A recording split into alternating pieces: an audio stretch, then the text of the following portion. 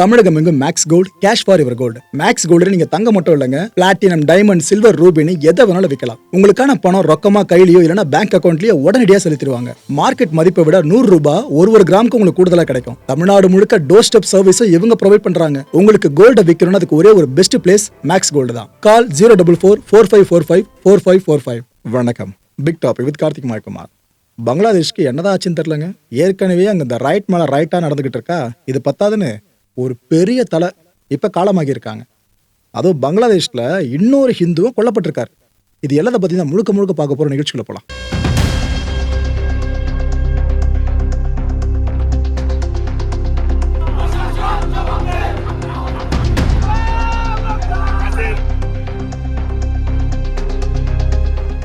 கடந்த 2 வாரங்கள்ல 3வது முறையா ஒரு ஹிந்து பர்சன் கொல்லப்பட்டிருக்காருங்க பங்களாதேஷ்ல. அவர் பேரு பஜேந்திர பிஸ்வாஸ், 42 வயசு. அவரோட அடையாளம் இப்போதைக்கு பார்த்தீங்கன்னா அங்க சிறுபான்மை மக்களா இருக்க ஹிந்துவிசம் தானே, அந்த ஹிந்துவை வச்சு நம்ம டேர்ம் பண்ணிக்க முடியும். இவர் இந்த பங்களாதேஷோட பாராமிலிட்டரி ஃபோர்ஸ் இருக்குல்ல, அதுல சர்வ் பண்ணிட்டு இருந்தவர். என்ன இருக்கு, அவர் கூடவே சர்வீஸ்ல இருந்த நோமன் மியா அப்படின்ற ஒரு 29 வயசு ஆஃபீஸர். இவர் தெரியாதனமா அந்த நபரை கொண்டுட்டதா சொல்லப்படுதுங்க. யார? அந்த பஜேந்திரா சொன்னல அவரை கொன்னதா சொல்லப்படுற அந்த நோமன் மியா இருக்கார் பாருங்க, அவரோட புகைப்படம் இதுதான். கொல்லப்படுற புகைப்படம் கிடைக்கல மக்களே, கிடைச்சதுக்கப்புறம் அடுத்த வீடியோஸ் உங்களுக்கு அதையும் நான் போஸ்ட் பண்ணுறேன். ஸோ இப்போதைக்கு சொல்லப்படுற தகவல் இது. அவரோட கள்ளிகாலியே தெரியாதனமா ஆக்சிடென்டலாக சுடப்பட்டிருக்கு அப்படின்னு சொல்லிட்டு. ஆனால் ஆக்சுவல் ஃபேக்ட் என்னன்றது இன்னும் வெளியே வரல. இன்வெஸ்டிகேஷன் இப்போ தான் ஆரம்பிச்சிருக்காங்க. போட்டோம், அது முடிவில் தான் உண்மை நம்மளுக்கு தெரிய வருமே. ஆனால் இன்னும் அந்த மோட்டிவ் என்னன்னு தெரிலங்க. ஒருவேளை உண்மையிலே ஒரு கொல்லணும்னு சொல்லி கொல்லியிருந்தா மோட்டிவ் கண்டிப்பாக பின்னாடி இருந்திருக்கணும். அது இல்லாமல் இருக்கணும்னாக்கா ஆக்சிடென்டல் ஃபயரிங் மட்டும் தான் காரணமாக இருக்கும். வெயிட் பண்ணி பார்ப்போம். ஆக்சுவலா யூனஸ் இருக்கார்ல, அவர் இதுக்கப்புறமா இடைக்கால அரசோட தலைவராக உட்காந்துட்டு இருக்கணும்னு நினைக்கிறீங்களா? ஒரு பர்சனை கொண்டாங்க, கேட்டால் அதுக்கு சப்பக்கட்டு 1000 கட்டினாங்க. 2வது ஒரு பர்சனை கொண்டாங்க, அதுக்கு சப்பக்கட்டு 1000 கட்டினாங்க. 3வது இன்னொரு உயிரும் போயிருக்கு. 2 வாரங்களில் 3 உயிர் போயிருக்கு. இதுக்கு ஒரு சப்பக்கட்டு தான் கட்டிட்டு இருப்பான் அந்த கவர்மெண்ட் சொல்றதுக்கு சிரிப்பு தான் வருதாங்க. ஓகே விடுங்க, இதை நாம சிரிச்சு என்ன பண்றது, லோக்கல்லே இப்போ சிரிக்க ஆரம்பிச்சோம் அந்த அரசை பார்த்து. இந்த ஏஎஸ்கே அப்படின்னு சொல்லுவாங்க, அதாவது எய்னோ சலிஷ் கேந்திரா. இது இந்த தாக்கா பேஸ் பண்ண ஒரு ஹியூமன் ரைட்ஸ் ஆர்கனைசேஷன். இவங்க இப்போ என்னத்தனமோ ஒரு ஸ்டாட்ஸை வெளியிட்டிருக்காங்க. இந்த மாப் டெரரிசம் இருக்குல்ல, அதாவது கும்பலாக போயிட்டு ஒரு வன்முறை ஏற்படுத்தி அங்கே இருக்க மக்களை அடித்து சாகடிக்கிறது, அவங்கள காயங்களுக்கு உட்படுத்துறது, இது போல விஷயங்களை பண்ணுறவங்களோட எண்ணிக்கை அதிகரிச்சிருக்கா, சம்பவங்கள் அதிகரிச்சிருக்கான் 2025 ஒரு வருஷத்தில் மட்டுமே. எந்த அளவுக்குன்னா, ஜனவரி டு டிசம்பர் மட்டுமே எடுத்துக்கிட்டேன் இந்த வருஷத்தில் 197 பேர் கொல்லப்பட்டிருக்காங்க. இந்த கும்பலாக போயிட்டு வன்முறை ஏற்படுத்தி மக்களை அடித்து சாகடிக்கிற நிகழ்வு இருக்குல்ல, அதில் மட்டும் 197 பேர் கொல்லப்பட்டிருக்காங்க பங்களாதேஷில் ஒரே வருஷத்தில். இது போன வருஷத்தோட கம்பேர் பண்ணீங்க அப்படின்னா 128 தான். அதுவே பாருங்க, ஏதோ ஆறுதல் நம்பர் மாதிரி ஆயிடுச்சு. 128 மேசிவ் தான், அதே இப்படி சொல்ற மாதிரி ஆயிடுச்சு. அந்த அளவுக்கு அதிகரிச்சிருக்கு பாருங்க 197 அப்படின்றது இந்த ஒரு வருஷத்துல. இதுல இன்னும் உங்களுக்கு இன்டெப்தா அந்த ஒரு ஸ்டாட்ஸை சொல்லணும்னா, முகமது யூனஸ் இருக்கார்ல, இந்த பங்களாதேஷோட இடைக்கால தலைவர், அரசோட தலைவர், அவரு அங்க ஆட்சிக்கு வந்த பிற்பாடு இந்த மாப் வயலன்ஸ் மூலமா கொல்லப்பட்ட மக்களோட எண்ணிக்கை 293 பேர். எப்படி? 293. இதுக்கு பேர் கவர்மெண்ட் சிறப்பாக நடக்குது. முகமது யூனஸ் ப்ரோ நல்ல பிரெயினி ப்ரோ. அந்த மனுஷனா அது வரைக்கும் போய் விடுதலை வாங்கிட்டு வந்தாருன்னு பல பேர் நினைக்கலாம், எல்லாரும் நினைக்கிறோம், தப்பு இல்லை. ஆனால் கவர்மெண்ட்டை எல்லாராலையும் ஹேண்டில் பண்ண முடியாது. இதை நம்ம தெளிவாக புரிஞ்சுக்கிட்டே ஆகணும். ஓகே, இதுக்கப்புறம் நீங்கள் பார்க்க போகிறது மிக முக்கியமான ஒரு விஷயம் தாங்க. ஒரு பெரிய தலையை பங்களாதேஷ் இழந்துருச்சு. அவங்கள பற்றி தான் இந்த ஸ்க்ரீனில் தெரியுறாங்களே, இவங்க பேர் கலிடா ஜியா, 80 வயசு இவங்களுக்கு. இவங்க வேற யாரும் இல்லை, இந்த தாரிக் ரஹ்மான். சமீப காலமாக நாமளும் ஒரு 2-3 வீடியோ போஸ்ட் பண்ணியிருந்தோம்ல, அவரோட அம்மாவே இவர் தான். 17 வருஷங்களுக்கு பிற்பாடு பங்களாதேஷ்குள்ள வந்திருக்காரு பாருங்க, அந்த தாரிக் ரஹ்மானோட அம்மாவே இவங்க தான். இவர் பங்களாதேஷ் வந்து இந்த ஓட்டர் ஐடியில் ஃபுல்லாக என்ரோல் பண்ணுற ப்ராசஸை ஆரம்பிக்கிறதுக்கு முன்னாடி தன்னோட அம்மாவை போய் மீட் பண்ணிட்டாரு ஹாஸ்பிட்டலில். ஏன்னா அப்பயும் உடம்பு முடியல, நவம்பர் மாதம் அட்மிட் பண்ணிட்டாங்க. போய் மீட் பண்ணிட்டாரு. மீட் பண்ணி அம்மா கிட்ட ஆசி வாங்கிட்டு தான் அங்கேருந்து வெளியே வந்து அவரோட சப்போர்ட்டர்ஸை மீட் பண்ணதாக இருக்கட்டும், அப்புறம் இந்த எலெக்ஷன் கமிஷன் ஆஃபீஸுக்கு போனதாக இருக்கட்டும், எல்லாமே நடந்துட்டு இருந்துச்சு. இதெல்லாம் பண்ணிட்டாங்களா? இப்போ அந்த அம்மா உயிரோடு இல்லைங்க, தவறிட்டாங்க. இப்போ வந்திருக்க பிரேக்கிங் நியூஸ் செய்தி தான், அந்த அம்மா தவறிட்டாங்க. இப்போ உலகம் முழுக்க உற்று நோக்கப்படுற செய்தியாகவும் இந்த செய்தி மாறிடுச்சு. அந்த அம்மா தவறுன விஷயம். இந்த செய்தி வெளியே வந்ததுமே இவங்க சார்ந்த கட்சி இருக்குல்ல, பிஎன்பி, அந்த கட்சியோட சப்போர்ட்டர்ஸாக இருக்கட்டும், அப்புறம் மக்கள், இவங்க மேலே அபிமானம் கொண்டிருக்க மக்கள் இருக்காங்க, அவங்கெல்லாம் ஹாஸ்பிட்டல் வளாகம் முழுக்க வந்து அழ ஆரம்பிச்சிட்டாங்க. லிட்ரலாக சினிமா படங்களை பார்த்துருப்பீங்களா, அந்த காட்சி இங்கே லைவாக பார்க்க முடிஞ்சதுங்க. அந்தளவுக்கு மக்கள் கதறி ஆட ஆரம்பிச்சிட்டாங்க. அவங்களோட ஃபோட்டோ வச்சுக்கிட்டு, உங்களோட ஆட்சி காலம் பொண்ணானதாக இருந்துச்சுமா, நீங்கள் போயிட்டீங்கம்மான்னு பல பேரும் கதறி ஆட ஆரம்பிச்சிட்டாங்க. இந்த பிஎன்பி ஒர்க்கர்ஸ் இன்னும் அழுக இதில் மட்டும்தாங்க இருக்காங்க. ஏன்னா அவங்களோட இறுதி ஊர்வல நிகழ்ச்சியும் கிட்டத்தட்ட முடிகிற தருவாக்கி போயிடுச்சு. ஆனாலும் அவங்க அழுக இன்னும் நின்னா மாதிரியே தெரியல.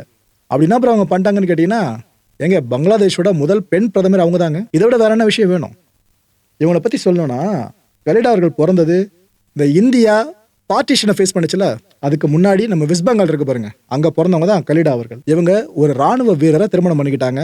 அவங்களுக்கு அப்போ வயசு 15 மட்டும்தான். திருமணம் பண்ண அந்த பர்சன் இருக்கல, ஒரு பேரு ஜியா ரஹ்மான். இவரும் சாதாரண ஆள் கிடையாது. இந்த 1971 லிபரேஷன் வார் இருக்குல்ல, அந்த வாரில் சண்டை போட்டவர் இந்த ஜியா ரஹ்மான். இவர் அந்த போர் முடிஞ்ச கையோடு பிரசிடென்ட்டாகவும் ஆயிட்டாரு பங்களாதேஷுக்கு. இவர் 1977 ஆரம்பிச்சு 1981 வரைக்கும் பங்களாதேஷை கட்டி ஆண்டாருங்க பிரசிடென்ட்டா.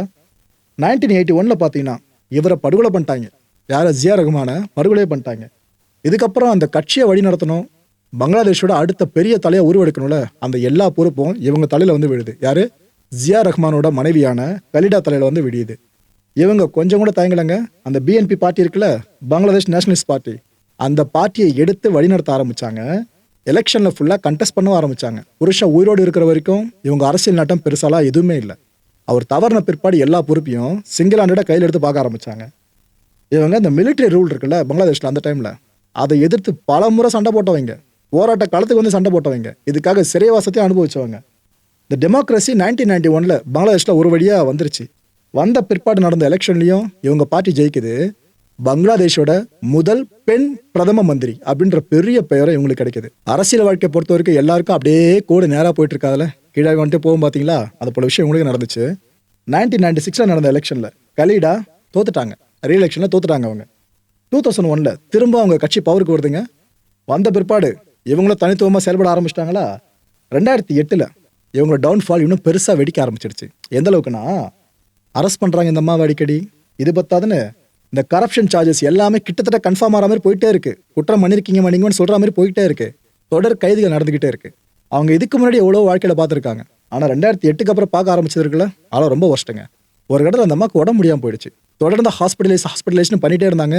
கடந்த நவம்பர் மாதம் கூட லிட்டரலாக இதே தான் நடந்துருந்துச்சு. ஹெல்த் இஷ்யூஸில் அவங்க பயங்கரமாக சஃபர் ஆக ஆரம்பிச்சிட்டாங்க. 80 வயசு வேற. இதெல்லாம் சேர்த்து வச்சு தான் இப்போ அந்த அம்மா தவறி இருக்காங்க. நாம தமிழ் சினிமாவில் 21 படம் பார்த்துருப்போம். அது அவங்களோட கதை இல்லைன்னு சொன்னாலும் பார்க்குற மக்கள் கனெக்ட் பண்ணி தான் பார்ப்பாங்க. ஓ, அந்த 2 பேரோட கதையா அப்படின்னு சொல்லிட்டு. இதே நீங்கள் பெண்களை பேஸ் பண்ணி 20 ஒரு டைட்டில் வச்சு பங்களாதேஷ் படம் எடுக்கிறதா இருந்தா இவங்க 2 பேர் லைஃப் வச்சு எடுக்கலாங்க. அவ்வளோ ரைவல்ரி. நல்ல ஃப்ரெண்ட்ஸாக இருந்தால் நல்லா இருக்குமே இவங்க அப்படின்னு நம்ம நினைக்கலாம். ஆனால் அவங்க மனசில் ரைவல்ரி உச்சத்தில் இருந்துச்சு. ஒரு பக்கம் ஷேக் ஹசீனா, பங்களாதேஷோட ஃபவுண்டிங் ஃபாதர் இருக்கார்ல, அவங்களோட பொண்ணு. இன்னொரு பக்கம் இவங்க மறைந்த பங்களாதேஷோட பிரசிடென்ட்டோட மனைவி. இந்த 2 பேருக்கு இடையில இருக்க ரைவல்ரி இருக்கு, ஹசீனா வெர்சஸ் கலிடா. 2 பேரும் பங்களாதேஷ் பாலிடிக்ஸை கரைச்சி குடிச்சவங்க. அவங்க 2 பேரோட டாமினன்சி பயங்கரமாக இருந்துச்சு அந்த பாலிடிக்ஸில். அதுவும் எங்கே பார்த்தாலும் ஒன்று இவங்களோட சப்போர்ட்டர்ஸாக இருப்பாங்க, அப்படின்னா இவங்களோட சப்போர்ட்டர்ஸாக இருப்பாங்க. இப்படி தான் பங்களாதேஷை டிவைட் பண்ணியிருந்தாங்க. ஆண்கள் பேஸ் பண்ண பாலிடிக்ஸ் வேற, பங்களாதேஷில் பெண்கள் பேஸ் பண்ண பாலிடிக்ஸ் அங்கே பீக்கு. இந்த ஹசீனா இருக்காங்களே, அவங்க பங்களாதேஷோட இந்த ப்ராக்ரஸிவ் அண்ட் செக்குலர் இருக்கு பாருங்க, இதுக்காக பயங்கரமாக மெனக்கெட்டவங்க, அதில் ஃபோக்கஸ் பண்ணுவாங்க. ஆனால் இன்னொரு பக்கம் கலிடா பொருத்தி பார்க்கணுன்னாக்கா இஸ்லாமிசம் இருக்குல்ல, இது சார்ந்த அதிகமான ஈடுபாடு கொண்டவங்க, அதை பேஸ் பண்ணி எல்லா காய் நகரத்திலையும் பண்ணிட்டு இருந்தவங்க. இந்த 2 பெருந்தலைகளை பேஸ் பண்ண பேட்டில் இருக்குல்ல, இதை த பேட்டிலிங் பேகம்ஸ் அப்படின்னு சொல்லுவாங்க. கிட்டத்தட்ட ராணிக்களோட ஒரு போர்க்களம் மாதிரி வச்சுக்கோங்களேன். 1991 கலிடா ஜெயிக்கிறாங்க எலெக்ஷனில். 1996 ஹசீனா ஜெயிக்கிறாங்க. இதுக்கப்புறம் 2001 திரும்ப கலிடா வின் பண்ணுறாங்க. 2008 ஹசீனா ஜெயிக்கிறாங்க. இப்படி மாறி மாறி ஒருத்தர் ஜெயிச்சா ஒருத்தர் தோல்வி தான் போயிட்டு இருந்துச்சு. இவங்க 2 பேரும் ரீப்ளேஸ் பண்ணுற மாதிரி அங்கே வேற எந்த பொலிட்டிஷனையும் பார்க்கவே முடியல. இன்னொரு முக்கியமான விஷயம், நம்ம ஊரில் நடக்கும் பார்த்தீங்களா, ஒரு கட்சி ஆளுங்கட்சியாக இருக்கும், ஒரு கட்சி எதிர்கட்சியாக இருக்கும். அடுத்த எலெக்ஷனில் எதிர்கட்சி ஜெயிச்சு ஆளுங்கட்சியாக வந்த பிற்பாடு முன்னாள் ஆளுங்கட்சி சார்ந்த நிர்வாகிகளை டார்கெட் பண்ண ஆரம்பிப்பாங்க. பல பகுதிகளில் நடந்துக்கிட்டு தான் இருக்கும். அதுக்கு பலதரப்பட்ட காரணங்களை சொல்லுவாங்க, மக்களை கன்வின்ஸ் பண்ணுற மாதிரி. ஆனால் பழிவாங்கல்ன்ற விஷயம் பின்புலத்தில் அப்படியே போய்கிட்டு இருக்கும். இங்கே அதே தான். ஹசீனா மட்டும் தேர்தலில் ஜெயிச்சிட்டாங்கன்னா அதுக்கப்புறம் கலிடாவோட சப்போர்ட்டர்ஸ் இருக்காங்களே, அவங்க காலி, அரெஸ்ட் பண்ணி தூக்கி உள்ளே போட்டுகிட்டே இருப்பாங்க. இதே தான் கலிடா ஜெயிச்சாலும் ஹசீனாவோட சப்போர்ட்டர்ஸ்க்கு பண்ணிட்டு இருந்தாங்க. இது பங்களாதேஷ் பாலிடிக்ஸில் பெருசாக போயிட்டு இருந்துச்சு. இதில் ஹசீனா பொறுத்த வரைக்கும் இந்தியாவுக்கு ஃபேவரான ஒரு தலைவி. ஆனால் இன்னொரு பக்கம் கலிடா பொறுத்த வரைக்கும் இந்தியாவோட டிப்ளமசி இருக்குல்ல, அதை அவங்க பெருசாக கொண்டு போக விரும்பலாங்க. ஒப்பனா சொல்லணும், பெருசாக அவங்க கொண்டு போக விரும்பல.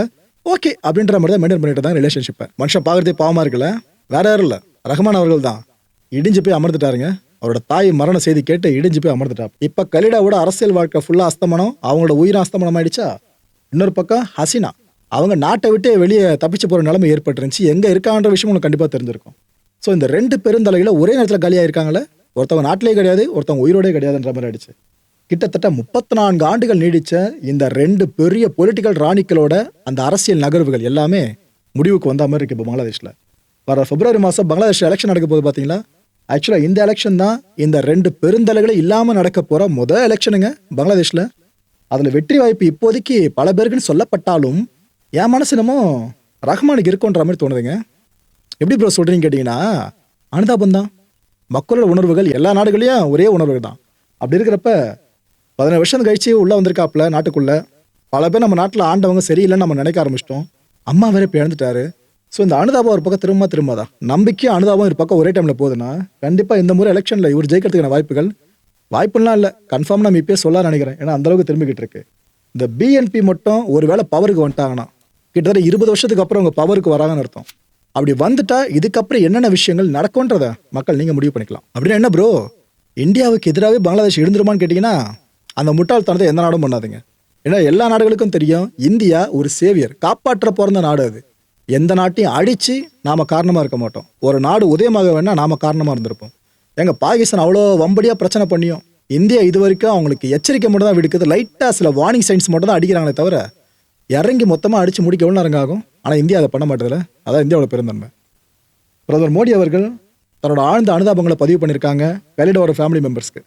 அது மட்டும் இல்லை, நம்ம வெளியுறவுத்துறை அமைச்சர் இருக்கார் ஜெய்சங்கர் அவர்கள், மத்திய வெளியுறவுத்துறை அமைச்சர். இவரே டைரெக்டாக கிளம்பி போயிட்டு கலிடாவோட இறுதிச் சடங்கு நிகழ்வு இருக்குல்ல அதில் கலந்துக்கிறாரு. ஒரு பக்கம் நாம போகிறேன்னு தெரிஞ்சிச்சுன்னா பாகிஸ்தான் சும்மாவாக இருக்கும். பாகிஸ்தான் சைட்லேருந்து அந்த நாட்டோட டெப்யூட்டி பிரைம் மினிஸ்டர் அப்புறம் ஃபாரின் மினிஸ்டர்னு இவங்களும் கிளம்பி போயிருக்காங்க இந்த இறுதிச் சடங்கில் கலந்துக்கிறதுக்காக. இந்தியாவோட ஜெஸ்டர் என்னன்றது உலகத்துக்கு தெரியும். அதை பாகிஸ்தான் எந்த அளவுக்கு காப்பி அடிக்கின்றதும் உலக நாடுகளுக்கு புரியும். யோசிச்சு பாருங்களேன், இந்தியன் பங்களாதேஷ்க்கு இடையில இருக்க டென்ஷன்ஸ் இருக்குல்ல, அது எல்லாத்தையும் குறைப்பதற்கான ஒரு ஜெஸ்டர் நடவடிக்கையா ஜெய்சங்கர் பங்களாதேஷ் போறார் அப்படின்னாலே இதுவே நல்ல விஷயம் தான். ஏன்னா இந்தியா ஒரு நாடை அரவணைக்க விரும்புதுனாக்கா அவனை ஒருபோதும் நம்ம கைவிட மாட்டோம். ஆனால் பாகிஸ்தான் அரவணைக்க விரும்புச்சுன்னா அவனை எப்பனாலும் கைவிட்டு விட்டுரும். இதுதான் பாகிஸ்தானோட ஹிஸ்டரி ரெக்கார்டு. எடுத்து பார்த்தா உங்களுக்கு எல்லாம் தெரியும். மக்களை இந்த கான்டென்ட்டை பொறுத்தவரைக்கும் மனசு ஒரு வினாதா இருக்கு. முடிஞ்சதுக்கான பதில்களை கீழே கமெண்ட் செக்ஷனில் கமெண்ட் லீவ் பண்ணுங்க. பங்களாதேஷ் எந்த பக்கம் சாயறது அந்த நாட்டு மக்களுக்கு நல்லதுன்னு நீங்கள் நினைக்கிறீங்க? ஃப்யூச்சரில் அந்த நாடு வளம் பெற அவங்க இந்தியா கூட எந்த அளவுக்கு நெருக்கமாக இருக்கணும்? நான் ஓப்பனாக கேட்டுறேன். நெருக்கமாக இருக்கணும், எந்த பக்கம் விழுந்துடவே கூடாது. அடுத்த நிகழ்ச்சி சந்திக்கலாம். நன்றி, வணக்கம். தமிழகம் எங்கும் Max Gold, cash for your gold. Max Gold நீங்க தங்க மட்டும் இல்லைங்க, பிளாட்டினம், டைமண்ட், சில்வர், ரூபினி எதை வேணாலும் விற்கலாம். உங்களுக்கான பணம் ரொக்கமா கையிலயோ இல்லைன்னா பேங்க் அக்கௌண்ட்லயோ உடனடியாக செலுத்திடுவாங்க. மார்க்கெட் மதிப்பை விட 100 ரூபாய் ஒரு கிராமுக்கு உங்களுக்கு கூடுதலா கிடைக்கும். தமிழ்நாடு முழுக்க டோர் ஸ்டெப் சர்வீஸை இவங்க ப்ரொவைட் பண்றாங்க. உங்களுக்கு கோல்டை விற்கணும்னு அதுக்கு ஒரே ஒரு பெஸ்ட் பிளேஸ் மேக்ஸ் கோல்டு தான். கால் 04445454545. என் நண்பர் மாயம் ஸ்டுடியோஸ் நேயர்களே, மாயம் பக்தின்னு ஆன்மீகத்துக்காக பிரத்யேகமா ஒரு சேனலை கொண்டு வந்திருக்கோம். மறக்காம சப்ஸ்கிரைப் பண்ணி அந்த சேனலுக்கு உங்களோட ஆதரவை மனப்பூர்வமா தெரிவிங்க. வணக்கம் மாயம் ஸ்டுடியோஸ் நண்பர்களே. மாயம் ட்ரெண்ட்ஸ் அப்படின்ற ஒரு புதிய ஃபேஸ்புக் பேஜை ஓப்பன் பண்ணியிருக்கோம். நீங்கள் யூடியூப்ல பார்த்துட்டு இருக்கீங்களா நம்மளோட கான்டென்ட்ஸ்லாம். இதெல்லாம் விட ஒரு படி மேலே ரொம்ப கிறிஸ்பாவும் ரொம்ப சூப்பராகவும் நிறைய கான்டென்ட்ஸ் உங்களுக்கு இந்த பேஜில் காத்துட்டு இருக்குங்க. ஸோ உடனடியாக ஃபேஸ்புக் பிளாட்ஃபார்ம் போங்க, மாயம் ட்ரெண்ட்ஸ்னு டைப் பண்ணி சர்ச் பண்ணி நம்ம பேஜை ஃபாலோ பண்ணுங்க. அப்படியே நம்ம சேனலையும் நீங்கள் சப்ஸ்கிரைப் பண்ணிட்டீங்க அப்படின்னா இன்னும் நிறைய புது கான்டென்ட்ஸை உங்களுக்காக ப்ரொடியூஸ் பண்ணி கொடுத்துக்கிட்டே இருப்பாங்க. நீங்கள் பண்ணுற ஒவ்வொரு சப்ஸ்கிரிப்ஷனும் எங்களுக்கு பெரிய மோட்டிவேஷனாக அமையும்.